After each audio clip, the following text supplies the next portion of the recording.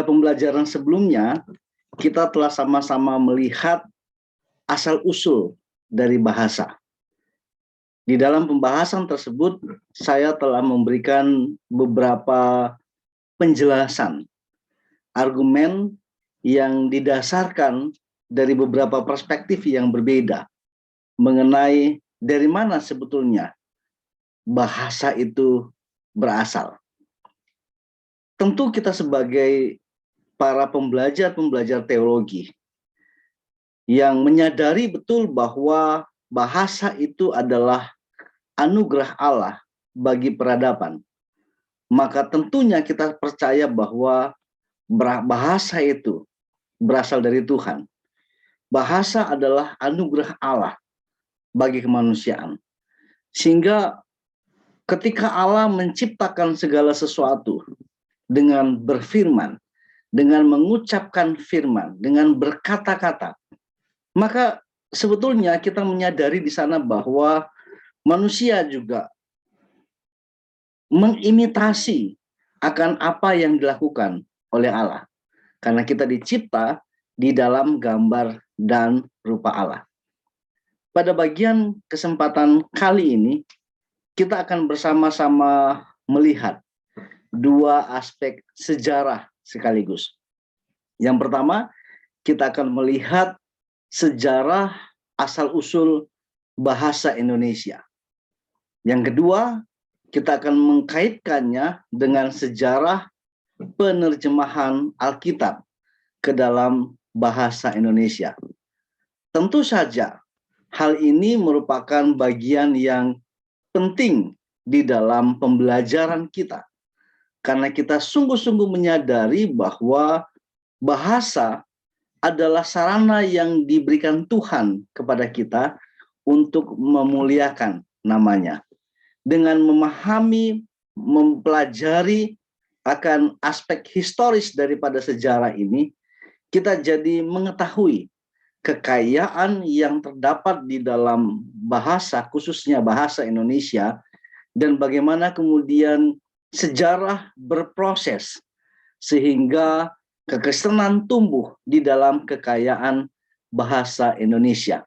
Ketika sekarang kita menggunakan kitab suci Alkitab yang berbahasa Indonesia, maka itu sebetulnya lahir dari sejarah yang panjang yang di dalamnya ada hal-hal yang terjadi yang merupakan kesaksian iman dari orang-orang percaya yang telah mendahului kita. Jadi bagaimana sejarah asal-usul dari bahasa Indonesia dan bagaimana sejarah penerjemahan Alkitab bahasa Indonesia? Silakan menikmati penjelasan yang akan saya sajikan dalam video kali ini. Semoga penjelasan yang saya berikan ini akan menjadi berguna di dalam memberikan wawasan, pandangan, perspektif kepada kita semua untuk melihat bagaimana kita kembali meyakini dan dikuatkan bahwa bahasa itu sendiri merupakan anugerah Allah bagi peradaban kita. Selamat mengikuti penjelasan-penjelasan saya berikut ini.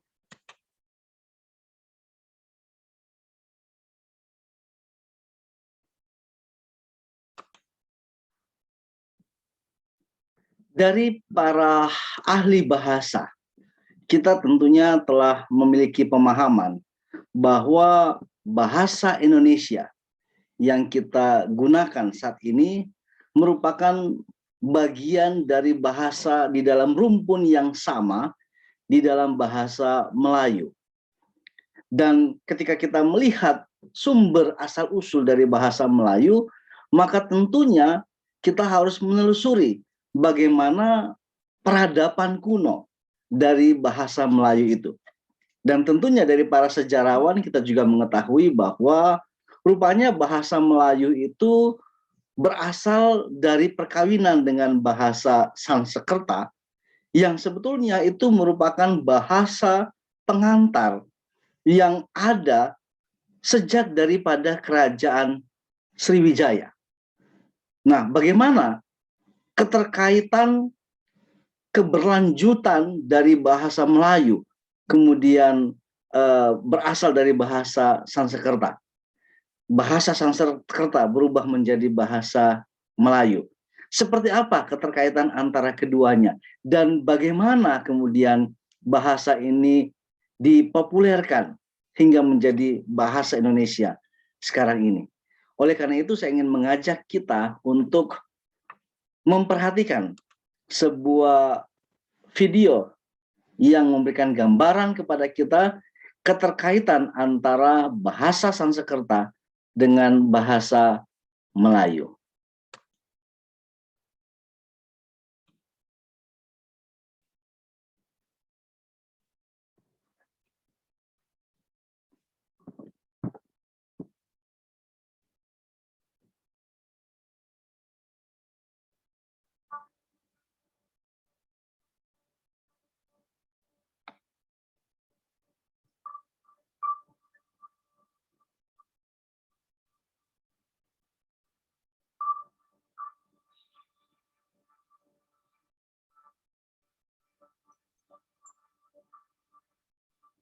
Swasti, Sri Saka Farsatita, 600 anak, Dingditia, Sukla Paksa, Bulan Caitra, Parwanda Puntahyang Sri Jayanasa, ini Praninda Nanda Puntahyang. Sawanyaknya yang ditanam di sini, Miur, Inang, Anau, Runia, dengan sang Israna yang kayu dimakan buahnya. Tetapi haur ulu patung iti ewam adi. Punarapi yang tarlakukan dengan tawat talaga. Sawanyaknya yang buatku sucarita parawis prayojanakan punyanya sarwa satwa. Secara cara paropayanya temu suka di asana kala di antara margalai temu muah ya ahara dengan air minumnya. Sawanyaknya buatnya uma parlak pancang. Muah ya menghidupi pasu prakara. Parhulu tui serti. Muahnya jangan ya niknai sawanyaknya yang upasarga dan swapna fitna para muah banyak kata mapi anukula yang graha naksatra para wisya nirvyadi ajara kawatannya tetapi sawanyaknya yang ratayannya satyar Jawa nardabakti muah ya dia yang mitranya tuli jangan ya kapata yang wininya ulang anukula parya muah ya waransta nanya lagi curi uncang wadanya para darah bisa punarapi temu ya kalyana tra marwangun bodhi cipta dengan maitri dari bidang yang ratnatraya jangan marsarak dengan dang yang ratnatraya tetapi ditya kala tiaga arsila kesanti marwangun wirya rajit tahu disamisranya silpa kala parawis sama kita cinta temu ya prajnya seperti medawi punarapi dairyamani maha sakwa Vajra sarira anupa masakti jaya tetapi jadismara afi kalendria pancak rupa sebagai hasil halam ada yafaknya rahma suara jadilah swayam punarapi temu ya cinta nangidana temu dan mawasita karma wasita klesama sita awasana kuya antara disamyak sambudi.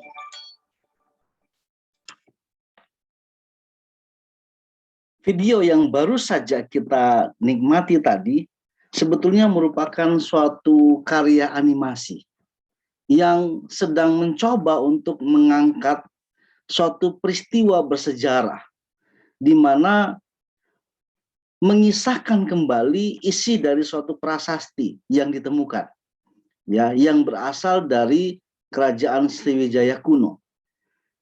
Prasasti itu kemudian disebut sebagai prasasti Talang Tuo. Prasasti ini merupakan peninggalan bersejarah dari bangsa Sriwijaya yang kira-kira berasal dari tahun 684 Masehi, yang tentunya ditulis di dalam aksara Palawa, yang di dalamnya prasasti ini berbicara tentang bagaimana raja yang sedang berkuasa pada masa itu, yaitu Sri Kshetra Dapunta Hyang Sri Jayanasa, yang merupakan raja dari Raja Sriwijaya, sedang mendirikan sebuah taman, dan taman itu kemudian dia khususkan untuk kebaikan seluruh umat manusia, sehingga di dalamnya terdapat doa-doa yang dia panjatkan kepada Sang Tuhan. Nah, dari apa yang telah kita saksikan barusan, ada beberapa kata yang kita kemudian bisa mengerti di dalam bahasa kita, bahasa Indonesia sekarang ini, bahasa modern. Misalnya kita mendengar tadi ada disebutkan kata wulan, yang kita kemudian tahu bahwa ini diterjemahkan sebagai bulan di dalam bahasa Melayu, termasuk dalam bahasa Indonesia. Kemudian kita juga mendengar misalnya ada kata tatkalana, yang kemudian diterjemahkan sebagai tak kalanya.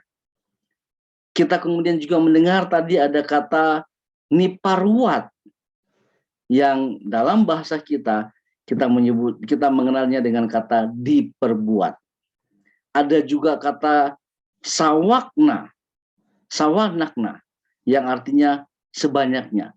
Dan ada berbagai macam bahasa yang lainnya yang begitu mirip di telinga kita, sehingga kita sebetulnya memiliki keyakinan mengenai keterkaitan antara aksara Palawa ini, bahasa Sanskerta ini, dengan bahasa Melayu, baik itu bahasa Melayu kuno hingga menjadi bahasa Melayu modern, dan sampai sekarang kita kemudian mengenalnya di dalam bahasa Indonesia. Tentunya kemiripan-kemiripan ini menjelaskan kepada kita ada suatu keberlangsungan sejarah.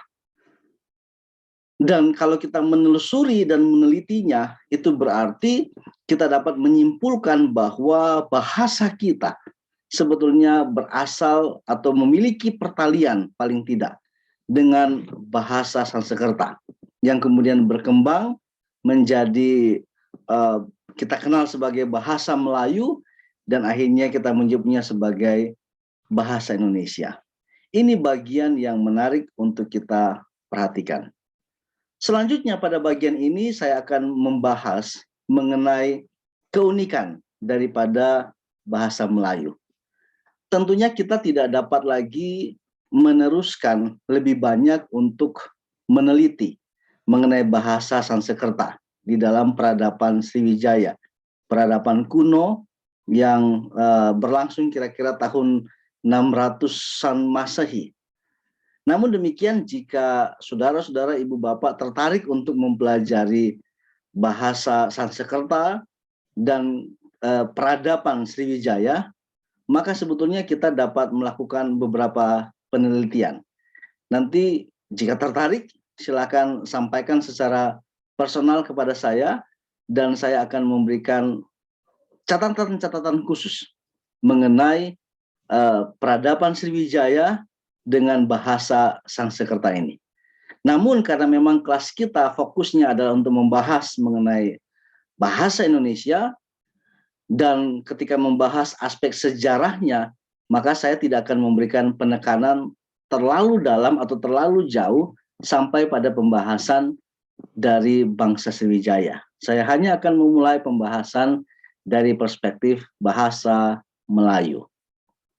Nah, ketika berbicara tentang bahasa Melayu, kita kemudian tahu ada banyak sekali ya keterkaitan antara bahasa Indonesia dengan bahasa Melayu. Dan keunikan-keunikan ini tentunya memperkaya akan khasana pemahaman kita di dalam berbahasa. Bahasa Melayu paling tidak memiliki 3 ciri unik. Yang pertama, bahasa Melayu menjadi bahasa peradaban. Kita tahu bahwa Kerajaan Sriwijaya merupakan kerajaan tertua di Indonesia. Paling tidak catatan sejarah menjelaskan demikian. Dan sebagai kerajaan tertua di Indonesia, sebetulnya kerajaan Sriwijaya ini ada yang berkata bahwa kemungkinan sejarah daripada kerajaan Sriwijaya ini berasal dari dataran India, sehingga ada kemiripan di dalam beberapa hal, ya, baik itu aksara, bahasa, pelafalan, para dewa-dewa, nama-nama, dan lain sebagainya. Namun demikian, lagi-lagi saya tidak fokus membahas mengenai kerajaan Sriwijaya, sehingga kita hanya melihat bahwa memang peradaban ini telah menjadi begitu kuno. Dimulai dari kerajaan Sriwijaya dengan bahasa Sanskerta, kemudian dia berlanjut ya di dalam sejarah menjadi bahasa Melayu oleh karena ada pertalian, baik itu dengan kerajaan-kerajaan lain yang berada di Nusantara ini. Nama Indonesia pada waktu itu tentunya tidak dikenal, yang dikenal adalah nama Nusantara, tetapi juga tentunya oleh karena ada pertalian dan perkawinan dengan peradaban-peradaban yang lain. Ada yang berkata bahwa kerajaan Sriwijaya itu bahkan telah bersinggungan langsung dengan Thailand, dengan Cina daratan, ya, dan telah sampai kepada wilayah-wilayah yang begitu jauh sampai dengan di India, apalagi dengan Malaysia yang tentu saja lebih dekat jaraknya. Nah, bahasa Melayu ini kemudian menjadi bagian dari peradaban baru, peradaban yang baru di mana terjadinya perkawinan antara kerajaan Sriwijaya ketika berelasi dengan bangsa-bangsa, dengan kekaisaran-kekaisaran, dengan peradaban-peradaban lain yang hadir di seputaran Nusantara pada masa itu. Dan tentu saja ini merupakan suatu pertalian yang tidak terhindarkan. Sehingga bahasa Melayu kemudian menjadi semakin kompleks. Di dalamnya itu ada kaitannya dengan bahasa Sanskerta, tetapi juga ada beberapa bagian yang lain itu yang sudah memiliki pertalian dengan Nusantara secara keseluruhan. Nah, itu juga membawa kita pada suatu realita bahwa bahasa Melayu itu sendiri merupakan bahasa penghubung. Dia bukan bahasa nasional dari Kerajaan Sriwijaya, tetapi dengan hadirnya bahasa Melayu, itu menjadi suatu kekuatan penghubung antara kekaisaran-kekaisaran atau kesultanan-kesultanan, kerajaan-kerajaan yang berkembang di Nusantara pada masa itu. Dan tentu saja konsekuensi logisnya adalah karena dia merupakan bahasa penghubung, dan yang menghubungkan manusia pada masa itu adalah perdagangan. Jadi oleh karena ada misi perdagangan, maka kita kemudian menemukan bahwa bahasa Melayu itu menjadi lebih populer dibandingkan dengan bahasa Sanskerta yang digunakan oleh Kerajaan Sriwijaya. Dan ketika bahasa Melayu ini menjadi semakin populer yang dibawa oleh para pedagang-pedagang ini yang merasa bahwa penggunaan bahasa Melayu ini lebih universal pada masa itu di Nusantara ini, maka itu yang menyebabkan kemudian bahasa Melayu menjadi lebih populer, menjadi lebih terpakai pada masa tersebut. Namun demikian, sekalipun kita melihat bahwa ada keunikan dari perspektif seperti ini, bahasa Melayu itu merupakan bahasa yang menjadi ciri peradaban pada masa itu, perlintasan peradaban pada masa itu, adanya keterkaitan peradaban dari Sriwijaya dengan kerajaan-kerajaan kesultanan yang lain, tetapi juga oleh karena bahasa Melayu itu menjadi bahasa penghubung yang dipergunakan di dalam perdagangan. Namun demikian kita tidak bisa memungkiri suatu fakta bahwa sebetulnya bahasa Melayu itu menghasilkan suatu persinggungan dalam. Apa yang dimaksudkan dengan persinggungan dalam? Saya sengaja menggunakan istilah dalam, kata dalam di sini saya gunakan secara sengaja untuk menunjukkan adanya suatu fakta keterkaitan, suatu relasi yang di dalamnya bahasa Melayu itu begitu berperan. Kita tahu bersama bahwa pada masa itu Buddha, agama Buddha menjadi agama mayoritas pada masa itu. Agama yang membumi pada masa itu, agama Buddha. Tetapi kemudian oleh karena peradaban manusia terus-menerus mengalami perkembangan, terjadi perlintasan, pertukaran, dan persinggungan peradaban, maka tentunya kemudian ini membuka ruang bagi masuknya peradaban dan keyakinan yang lain. Para pedagang-pedagang Islam yang berasal dari Arab mulai masuk sampai kepada bumi Indonesia, bumi Nusantara waktu itu namanya, belum Indonesia, yang kemudian diikuti dengan suatu gelombang besar para pedagang-pedagang dari China, dari Tiongkok. Ada pertukaran dagang di sini. Ada misi tukar-menukar yang dilandasi oleh spirit dagang. Para saudagar-saudagar, baik itu yang beragama Islam yang berasal dari Arab, kemudian para saudagar-saudagar yang berasal dari Tiongkok, itu kemudian yang tentunya beberapa diantaranya atau bahkan banyak diantaranya yang beragama Buddha, ya, mulai mengambil bagian di dalam suatu persinggungan dalam.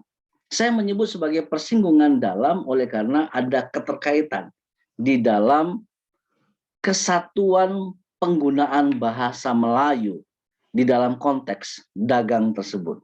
Nah, bahasa Melayu ini kemudian menjadi kekuatan yang justru mengembangkan Nusantara, membuat Nusantara menjadi semakin berkembang, menjadi semakin dipersatukan, dan inilah yang kemudian menjadi cikal bakal Nusantara itu kemudian menjadi melebur di dalam bahasa.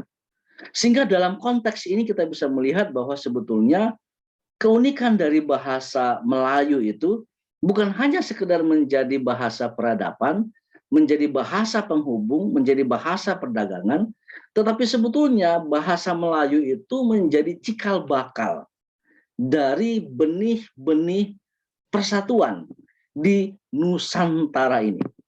Melalui perdagangan, melalui pertukaran material-material dari bangsa yang berbeda, ya, tetapi oleh karena memiliki keterkaitan secara lingua melalui bahasa, maka kemudian mulai terciptalah suatu bibit yang nantinya kita akan melihat bagaimana Nusantara ini mengalami persatuan dan kesatuan.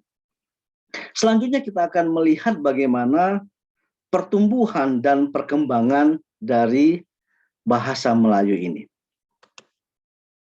Pada bagian ini saya akan menjelaskan bahwa kita bisa melihat pertumbuhan dan perkembangan bahasa Melayu itu sendiri dari berbagai bukti-bukti historis yang ada.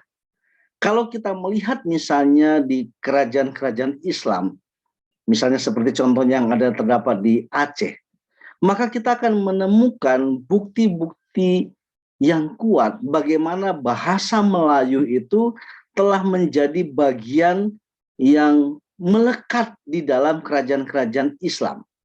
Sekalipun kita kemudian tahu bahwa bahasa Melayu ini memiliki keterkaitan dengan bahasa Sanskerta yang tentunya berasal dari kerajaan Sriwijaya yang beragama Buddha itu, tetapi rupanya kita bisa menemukan bahwa bahasa Melayu itu juga telah hadir dan menjadi bahasa kesusastraan yang juga dipakai oleh kerajaan-kerajaan Islam. Mulai dari kerajaan-kerajaan Islam yang ada di Sumatera, sampai kemudian menjadi bagian daripada kerajaan-kerajaan Islam yang ada di Jawa dan di beberapa wilayah Indonesia Timur. Nah, inilah yang kemudian yang saya sampaikan tadi, bahwa bahasa Melayu ini nantinya akan menjadi cikal bakal yang mendorong terjadinya persatuan di Nusantara ini.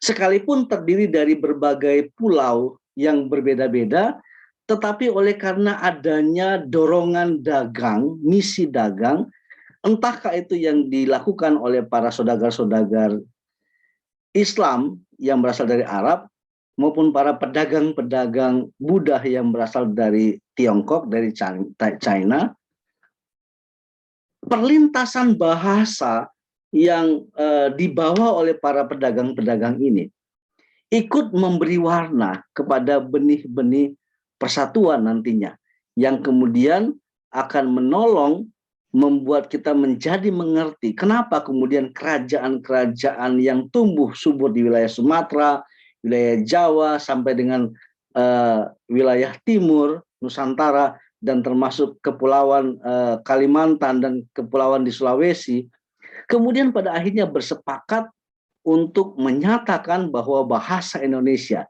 sebagai bahasa persatuan. Nah, bukti-bukti lain juga kita bisa temukan di dalam berbagai karya sastra yang ditemukan. Salah satunya tentunya yang klasik yang tadi sudah kita dengarkan, bagaimana bahasa Melayu atau dimulai dari bahasa Sanskerta itu menjadi suatu karya sastra. Ya, dan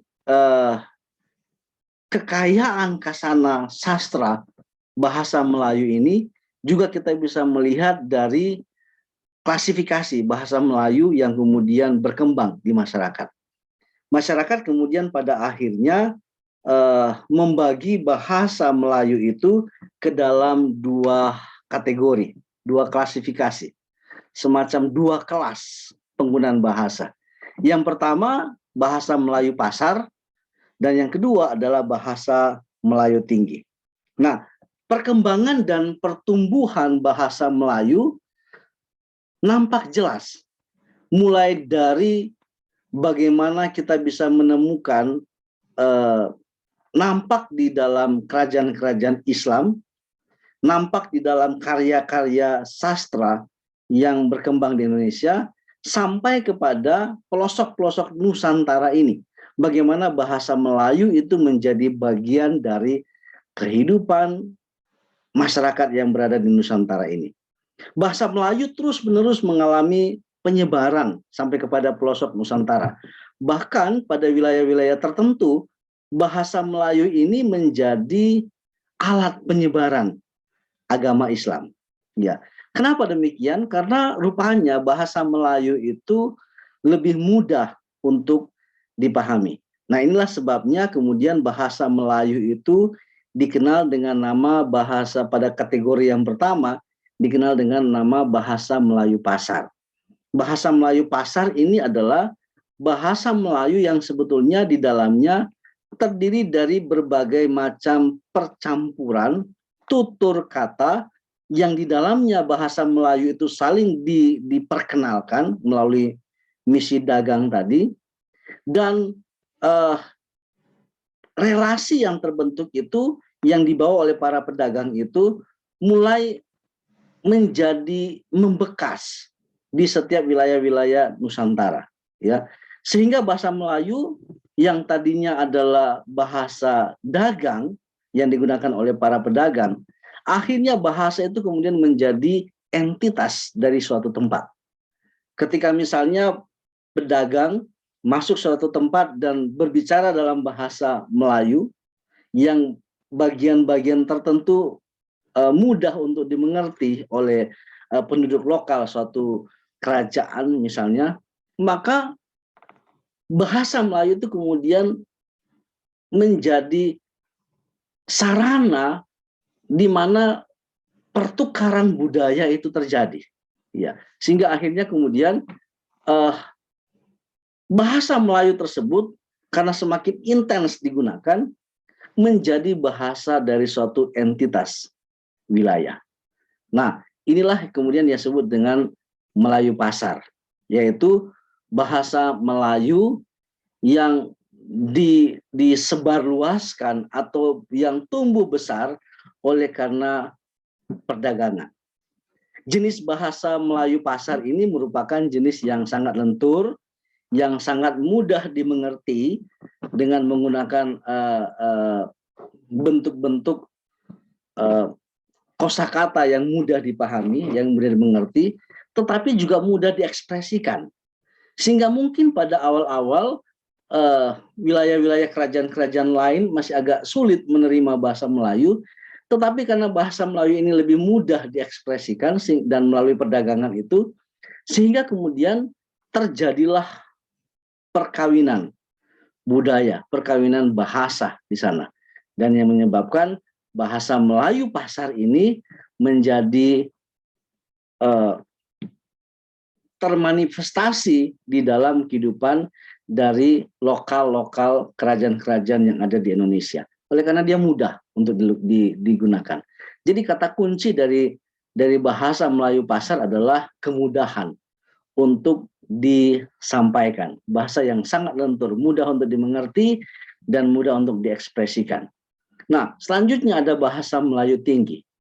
Bahasa Melayu tinggi ini sebetulnya adalah bahasa yang coba dipertahankan oleh para kalangan bangsawan, para keluarga kerajaan, baik mereka yang berasal dari kerajaan-kerajaan Islam di Sumatera, yang berasal dari kerajaan Islam yang ada di Jawa, bahkan juga sampai kepada kerajaan-kerajaan yang berada di semenanjung Malaysia. Bahasa-bahasa yang disebut sebagai bahasa Melayu tinggi ini biasanya adalah bahasa yang memang dipakai untuk kasta tinggi ini, para bangsawan. Dan bahasa ini agak menjadi sulit untuk dipakai dan memang tidak populer dipakai oleh para pedagang dan rakyat jelata, rakyat pada umumnya. Oleh karena memang bahasa ini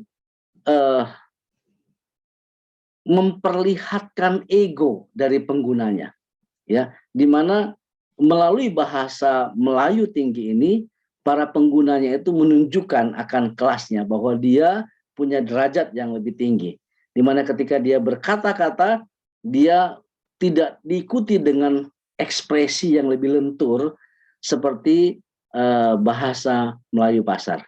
Namun demikian, kita tetap mampu menyadari bahwa sesungguhnya bahasa Melayu, baik itu bahasa Melayu pasar maupun bahasa Melayu tinggi, itu mendorong suatu persinggungan ke dalam. Persinggungan ke dalam artinya melalui penggunaan bahasa Melayu, relasi yang terbentuk itu adalah relasi yang mengikat ke dalam.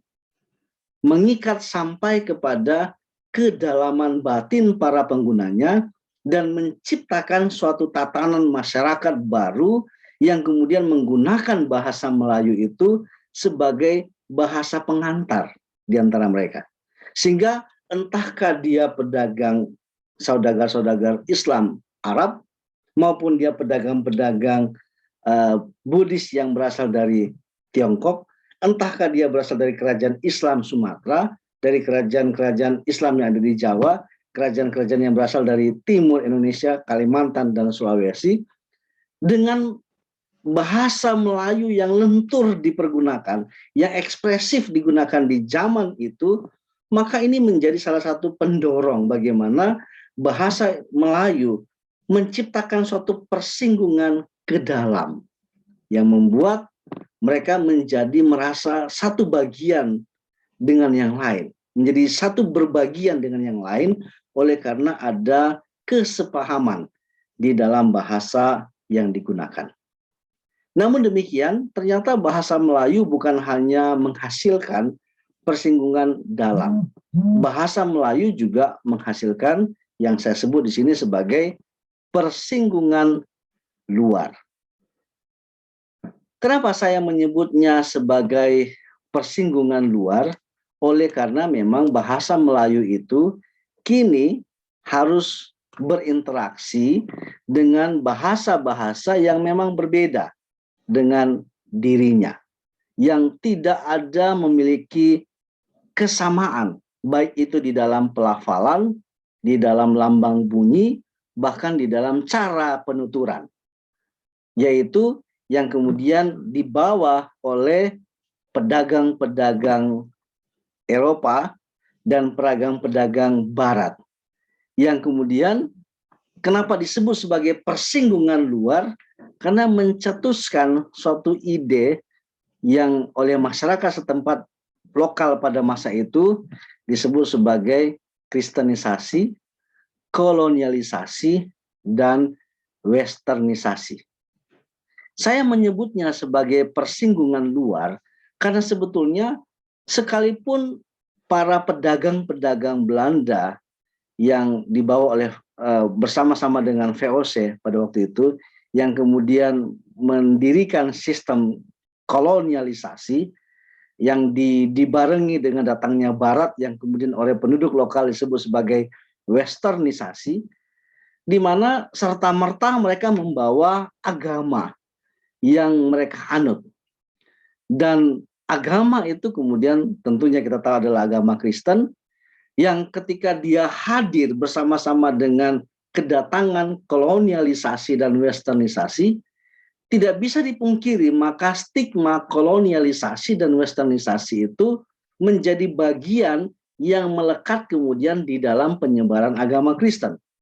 Sehingga kemudian sekalipun penyebaran agama Kristen atau para penginjil juga menggunakan bahasa Melayu sebagai bahasa pengantar, sebagai bahasa di mana mereka menyebarluaskan luas Injil, dan bahkan sampai termasuk pada penerjemahan Alkitab ke dalam bahasa Melayu.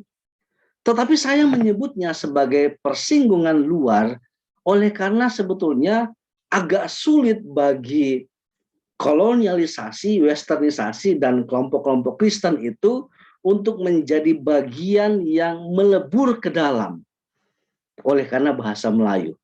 Jadi sekalipun menggunakan bahasa yang sama, bahasa Melayu tetap dipergunakan juga oleh para pedagang VOC dan para orang-orang Barat, tetapi tidak serta-merta membuat relasi yang tercipta itu merupakan relasi yang melebur, seperti yang terjadi yang dilakukan oleh para pedagang-pedagang. Nah, oleh karena itu kemudian saya membaginya menjadi dan menyebutnya sebagai persinggungan dalam dan persinggungan luar.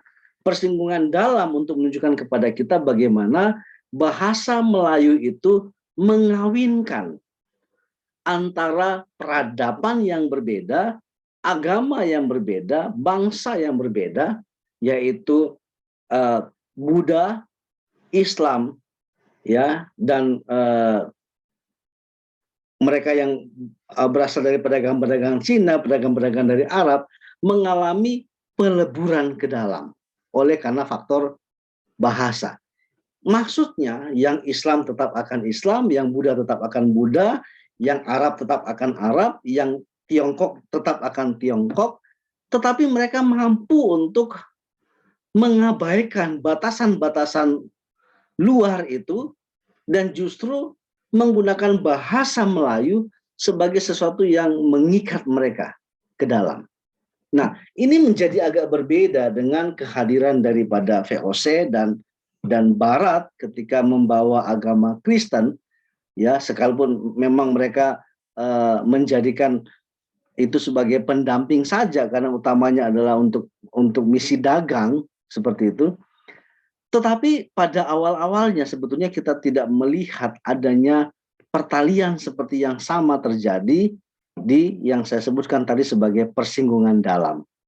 Sehingga persinggungan luar itu maksudnya adalah sekalipun bahasa Melayu itu digunakan juga oleh para misionaris yang berasal dari yang berbarengan datang dengan VOC dan dengan Barat, tetapi tidak mengalami pertalian ke dalam. Ini yang sebetulnya juga menyebabkan kekristenan itu menjadi lebih sulit diterima pada masa itu. Ya, butuh ada effort yang khusus sehingga kekristenan itu bisa bertumbuh, berkembang, dan paling tidak diterima oleh lokal masyarakat kita. Karena stigma ini sudah terjadi. Dan tentu saja stigma ini kemudian diperparah dengan suatu stigma yang dicetuskan oleh kelompok-kelompok Barat dan dari VOC waktu itu ketika mereka menyebut dengan 3G. Gold, Glory, and Gospel. Jadi mereka datang untuk mencari di mana harta itu berada, disimbolkan dengan gold. Mereka juga ingin menambah kemuliaan dengan membuka daerah-daerah penjajahan yang baru, menyebutnya sebagai glory. Dan pada saat yang bersamaan mereka hendak menyabarkan, mewartakan Injil. Makanya disebut sebagai gospel. Gold, glory, and gospel.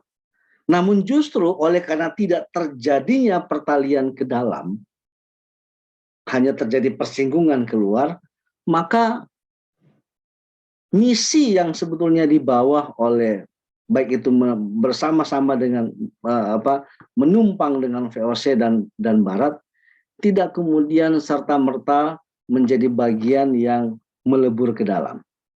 Ini penting untuk kita pikirkan strategi seperti ini karena kita akhirnya akan memahami bagaimana kekristenan itu harus bertumbuh dengan susah payah di Indonesia karena sudah terdapat stigma-stigma seperti ini sebelumnya.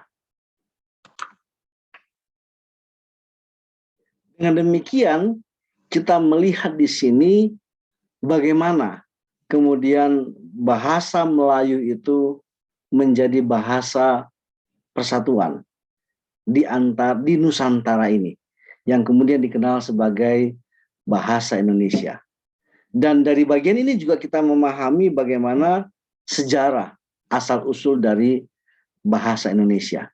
Memang kita tidak dapat menjelaskan dengan secara lebih detail bagaimana bahasa Melayu ini kemudian berproses menjadi bagian dari entitas-entitas lokal di seluruh Nusantara, karena memang kita menyadari bahwa ketersediaan data mengenai hal tersebut masih menjadi upaya yang terus dilakukan oleh para peneliti linguistik sampai dengan saat ini. Tetapi paling tidak kita memahami bahwa bahasa Indonesia yang kita gunakan saat ini berasal dari bahasa Melayu. Dan ketika berbicara bahasa Melayu dan kemudian diidentikan dengan Islam, kita menjadi punya perspektif. Kenapa kemudian itu bisa muncul persepsi yang demikian? Dan kenapa kemudian kekristenan mengalami kesulitan di dalam berkembang di tengah-tengah Nusantara ini? Tentunya oleh karena ada stigma-stigma yang terbentuk di dalam kehadiran bahasa yang digunakan. Sekalipun bahasa Melayu telah menjadi bagian dari metodologi penyebar luasan agama Kristen, tetapi oleh karena adanya persinggungan-persinggungan tadi yang tidak mendarat dengan begitu mulus sama seperti yang dilakukan oleh para pedagang-pedagang, hanya terjadi persinggungan luar saja, maka itulah yang menyebabkan kekristenan mengalami masa-masa yang berat di dalam bertumbuh dan berkembang di Indonesia, di Nusantara ini. Pada bagian berikutnya saya akan memberikan penjelasan mengenai sejarah daripada penerjemahan Alkitab ke dalam bahasa Melayu.